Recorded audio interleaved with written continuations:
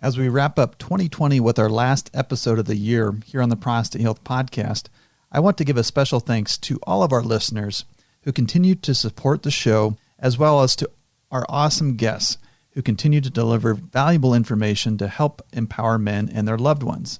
We just received some good news this week. The Prostate Health Podcast made the list, put out by Feedspot, for the top 15 prostate cancer podcasts in the world for 2020. And not only did we make the list, I am humbled to report that we received the number one ranking for 2020. This definitely serves as motivation for us to continue to work hard to produce valuable content for our listeners as we enter into 2021. And to help celebrate this, we will continue to offer my free mini webinar where I discuss my top 3 tips to promote a man's prostate health, but also longevity and quality of life. To access the webinar, again, just go to www.prostatehealthpodcast.com/men's health to check it out. And again, the link will be provided in our show notes. So this year, there has been more and more awareness about the new paradigm shift in how we treat men with an enlarged prostate. For our last episode of the year, I am bringing back the most listened to episode of 2020 for a replay today with guest urologist Dr. Steve Gange. So stay tuned. So the big question is this: how can men and those who care for them better educate themselves regarding prostate health, the conditions that affect the prostate, and the latest technology in managing these conditions? That is the question, and this podcast will provide the answers. On a weekly basis, we will be chatting with experts, innovators, and leaders in the field of urology, sharing useful information with the general public to improve their lives and increase their overall health. My name is Dr. Garrett Pullman, and welcome to the Prostate Health Podcast. Prostate Health Podcast is for informational purposes only. Nothing in this podcast should be construed as medical advice. By listening to the podcast, no physician-patient relationship has been formed. For more information and counseling, you must contact your personal physician or urologist with questions about your unique situation. Joining us today on the Prostate Health Podcast is urologist Dr. Stephen Gange. He has over 25 years of clinical and research experience. He has developed a particular expertise in men's health urology, emphasizing in minimally invasive procedures. He was the first urologist in North America to perform the Eurolift procedure for BPH, or benign prostatic hyperplasia, or an enlarged prostate, and was the first in the world to perform Eurolift under local anesthesia. He enjoys teaching urologists and proctoring procedures all across North America. He has lectured on BPH and Eurolift at several national professional meetings and has co-authored several of the pivotal Eurolift papers in the urology literature. Dr. Gange, welcome to the Prostate Health Podcast. Thank you, Dr. Pullman. It's a real pleasure. I'm excited to be here. So we've already covered in a previous episode, really, what is BPH or an enlarged prostate. So today, we'll be getting into the treatment options for an enlarged prostate and how we are really seeing a shift in the paradigm of how BPH is treated. So Dr. Gange, before medications were introduced in the 1990s for an enlarged prostate, what were some of the available options for treatment of an enlarged prostate? Depends how far you want to go back. We literally can go back 3,000 years and learn about the placement of bizarre tubular structures in the urethra, catheters, made of a variety of vegetables and eventually metals and so forth. And that was all a result or a requirement to help someone urinate whose prostate was causing obstruction. And those folks died early. Some of them died because of this condition. There was no need for actual prostate procedures, nor was there any expertise. In the Middle Ages, popularized because of the presence of bladder stones, there was a group of doctors, I guess you can loosely call them doctors, who perform a variety of interesting and scary and often lethal, procedures to try to extract stones from the urinary tract. And these stones, much like the need for the catheter, are a result of urine not passing freely from the urinary tract, and typically because of the prostate. Finally, in the 1800s, some ambitious surgeons started removing prostate tissue, first through the abdomen, later through the space that we sit on called the perineum. That brings us to the early 1900s. And then in about the 1930s, a few folks were collaborative and invented a procedure called the TURP, the transurethral resection of the prostate, in which, through an instrument, a scope, tissue is removed and a cavity is established where there was previously an obstruction. And that went through several variations on technology, but ultimately was the mainstay of treatment for BPH, as you described, benign prostatic hyperplasia.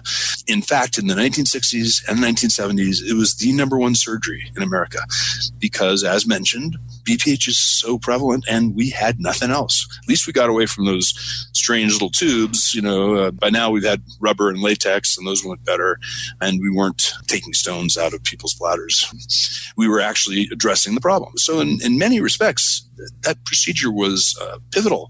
It defined our specialty as urologists. Only us, no one else could do these things. And we had the capability of really turning around the disease state by opening up this channel until the 90s when the drugs came. So we were doing mostly TURPs. Bigger prostates were managed in those years with open prostatectomies. Those procedures developed in the 1800s, early 1900s. Things changed at the time of the introduction of medications. Can you tell our listeners a little bit more about what's involved with the TURP procedure or the transurethroid section of prostate? Absolutely. An ingenious idea to carve the prostate sort of from the inside out, leaving as if you were removing the flesh of an apple, but leaving the skin behind. And this was all done through a telescope passed through the opening of the penis, done with light to see and electricity to cauterize. And these pieces of tissue were removed and the side effects. You can imagine, even if you don't have any medical background, that carving into an organ could create some bleeding. And this continues even now to be one of the biggest drawbacks of this operation. Also, once we've created that defect, it's a raw surface, and that raw surface needs to heal. So a catheter, not the old school catheters, the newer catheters, a catheter is placed usually for a day or several days. But then there's some downstream concerns that are real. Scar tissue can form, and that scar tissue can require additional surgery. And the sexual consequences, I think, are the biggest concern of men who are getting into this part of their lives these days. So an almost certain loss of ejaculation, so no more semen is expelled at the time of orgasm, and about a 10% risk of loss of erections, probably related to the fact that we're using electricity so close to these delicate nerves that transmit those signals to the penis. So really in the 1990s, we saw the first paradigm shift in the management of BPH.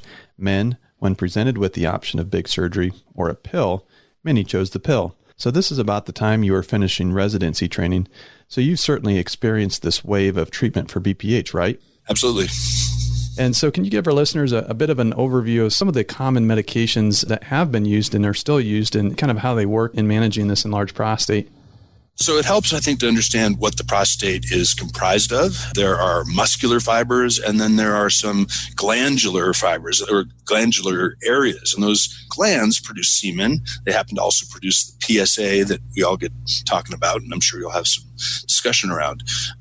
Because there are dual components, sometimes, approaches are used to address both. And in some other cases, addressing just the muscular or the glandular makes some sense. And the drugs that were in development in the 90s were designed to first, in the case of these drugs called alpha blockers, relax the muscle tissue. And then later, a group of compounds called the 5-alpha reductase inhibitors would shrink those glands. And in some cases, and in some studies, this proved to be the case, combining those two therapies, gave you the most bang for the buck and really addressed the obstruction short of surgery. It addressed it pretty well. Now, you and I have certainly seen some of the problems, though, with this medication first paradigm, and was going to see if you could talk a little bit more about some of these issues. Yeah, and just taking a step back, it's interesting how we learn about side effects of medications. Sometimes we learn about them early on in clinical trials, and in other cases, it can take decades to appreciate some of the downsides of the decisions that were made. And so what we know about, say, the alpha blockers like Flomax, which is now tamsulosin generically, little stuffy nose, headache, dizziness, generally feeling kind of a lack of energy, and then some sexual side effects. Here we go again. And in this case, it's mostly a loss of ejaculation because the muscle fibers now are relaxed and the semen takes the path of least resistance, may end up in the bladder. Those are some, of the well-known side effects of alpha blockers. And yet they're probably the most used compounds. And then in the other arena, the 5-alpha reductase inhibitors, it's kind of interesting there too. Some of these side effects are emerging. I don't think the jury is in on all these things. The things that bother patients tend to, again, be sexual. Specifically, now that the glands have sort of dried up, there's no semen anymore. It doesn't come out at all. Erectile dysfunction is a real consideration for patients on medication, this class of medications. Dr. Gange, next I want to get into and chat about the next and now new paradigm shift in the management of BPH. But first, we'll take a quick break for our sponsor, and we'll be right back. Thanks again for joining us today on the Prostate Health Podcast. Now, do you have an upcoming appointment at the urologist office? Maybe you're scheduled for a biopsy of your prostate, or just received the news that your biopsy was positive for prostate cancer, and now have an upcoming consultation to discuss options with your urologist. You may be wondering, how should I prepare for these appointments, and what should I expect? Well, I've partnered with the Prostate Health Academy to create a free What to Expect guide that will help get you up to speed as you prepare for your visits. This guide includes checklists of what you need to bring and how to prepare. This guide includes what to expect with 3 different scenarios, including your initial urology clinic appointment, a prostate biopsy, and prostate cancer consultation. To receive this free guide, simply go to www.prostatehealthpodcast.com/clinic. Again, that's www.prostatehealthpodcast.com/clinic, or you can find the link on our podcast website at prostatehealthpodcast.com. I was going to see if you could comment just a little bit about the concept of bladder preservation. I know you and I both see patients come in on these medications. We look in their bladder and we already start to see changes of essentially damage to the bladder, and, talk a little bit about, are these medications protective or not for some of these changes within the bladder? Well, I'm pretty sure we have evidence that they don't do that. Mm-hmm. What is interesting is that we haven't really been able to accurately measure the course of time and the impact of BPH on, there's no longitudinal study that really gets to the point that you're beginning to make. And yet in urology, we know for certain that a guy can be on a pill, one of these great drugs, and 10 years in, he develops urinary retention, several liters in his bladder. By this time, the bladder has been permanently damaged. And had we been a little more attentive earlier on, or not just us, our patients haven't wanted a TURP. We were caught in a zone where we knew drugs weren't ideal, but they were what patients preferred. And yet, in the small studies that we do have to look at, these drug therapies do not protect against bladder decay. They make people feel better, but they don't protect the bladder from its ultimate demise. And as urologists, we talk a lot about the prostate. What we're really thinking about is preserving and protecting the bladder. Yeah. Now, certainly as urologists are becoming more aware that these medications may not be protecting the bladder health, many have been in search of a more minimally invasive approach to relieve the obstruction. What has been your experience with some of these various approaches over the years? Yeah, well, and some of it I observed and never got fully intrigued by, but early on, just like, thinking the way cardiologists think, well, let's stretch the prostate with a balloon. And that was a dismal failure. It may have worked for the first several days, but it really always failed. Let's put a stent inside the prostate. So there was a little wire basket that was deployed called the Eurolift stent. Well, it turns out that metal in the urethra is a bad idea, and universally these things would calcify. And now we have a basket that's not very adherent, to the lining of the prostate. It doesn't get underneath the lining tissue. Exposed to urine, it forms stones, and those stones were extremely hard to remove. And then you had to pull out the pieces of the basket. It turned out to be probably the worst of all the failures of procedures. Heat was used in a couple of different ways. This is all in the early 2000s. The microwave generator was through a catheter. Then there's also a radio frequency generator, just different forms of heat, and that was delivered through a needle. And both of those procedures, honestly, of the ones we've just discussed, they're still out there. There are some urologists who believe in the radio frequency procedure called tuna and the microwave procedure that we just discussed. But in truth, very painful procedures, not a lot of durability. These things often had to be repeated. They never really created the kind of opening that we're all after. The original, investigators, the original inventors were thinking about when they carved open the prostate with a TURP. So in that sense, we had failed to achieve anything that even resembled the success that was already happening with the TURP, which, by the way, again, patients didn't want. So things have developed since that time. Now, and you'd kind of alluded to, how some of those procedures worked, and really all of which relied on some sort of destroying, heating, removal, vaporizing normal tissue. And now we've been fortunate to have a new procedure called the Eurolift system, and now entering into a new paradigm which offers really more of a mechanical solution to a mechanical problem. Again, you were the first urologist in North America to perform the Eurolift procedure for BPH in 2011, and was the first in the world to perform Eurolift under local anesthetic in the clinic setting. Can you tell us a bit more about the Eurolift system? Sure. It's a little hard to conceptualize without images, but let's just give it our best shot. The Eurolift, I think, and I always feel like I offend the inventors when I say this, Eurolift acts a little bit like a wall anchor that you're going to use to hang a mirror on the wall, in the sense that we've got to squeeze that wall. We have something on the inside, something on the outside. We use a screwdriver, right? We snug up that wall. And when we do so, the anchor that serves as a secure site for hanging something heavy. So thinking in that terminology, we use Eurolift, which is 3 pieces. One piece that goes through the prostate and anchors on the outer surface of the capsule. Then there's a suture instead of some sort of screw, and the suture, as it's tensioned, brings the inner part of the prostate closer to the outer part of the prostate, as if we're squeezing that wall, but we make, in this case, a big defect. And we can do it on the other side. The last portion of the procedure is cutting that suture and applying one tiny piece of metal. And as delicate as this actually looks to the observer, it is remarkably reliable in its ability to distract, displace, disobstruct, and to do so without heating, burning, steaming, any of those kind of awkward sounding and painful sounding, tools. So could you tell our listeners a little bit about, why this has been a game changer, really comparing this to some of the other options that we've had in terms of the patient experience in regards to outcomes and side effects? So first and foremost, let's compare it to the drugs. The drugs never protected the bladder. Now we've created a defect, and we've learned over the years that, if you do a TURP surgery, you open that prostate, the bladder is protected. So in essence, without all the carving, the bleeding, etc., we've achieved something similar. So that's an important comparison. As compared to that metal basket, well, a huge difference between metal in the urethra that never get invaginated or covered over by the lining tissue and the Eurolift is that Eurolift every single time covers over, and the delicate lining tissue, this attention to the suture, and before you know it, in a matter of sometimes weeks, if you were to look back in, you'd never see these little pieces of metal that we talked about. And by not seeing them, neither does the urine see them. We don't see stones form as a result of that, and that's great. The other kind of current procedure that this should be compared with is the procedure called Resume. I did the first Resume in North America as part of a clinical trial as well.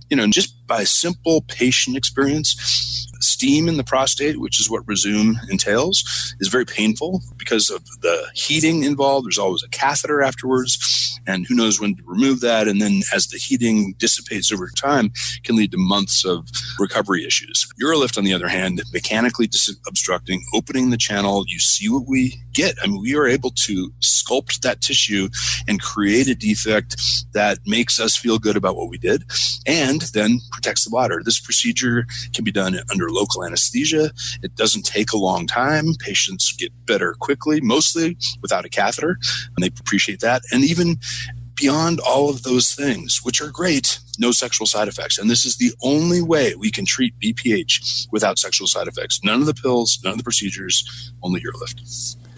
And you're probably seeing this in your practice as well, that as we enter this new paradigm in the management of an enlarged prostate, urologists are now able to deprescribe rather than represcribe these medications, getting these patients off their BPH medication, and in men newly diagnosed with bothersome urinary symptoms, avoid starting medication altogether and fixing the problem rather than putting a Band-Aid on it with medication. Yeah, we see this alike. And I think that what we as urologists have done over the years is we prescribed pills because people didn't want surgery, and we did it until the point that the bladder literally had suffered, permanent damage. What we can do with something as acceptable to patients as Eurolift is we can jump in early. We can preserve bladder function. We don't even have to expose them, as you just said, to some of these medications and the side effects that we've just barely brushed on. I mean, there's more to the side effects of these drugs than we can probably cover in this interview, but I think we are in a position to help men preserve their bladder function long-term by intervening earlier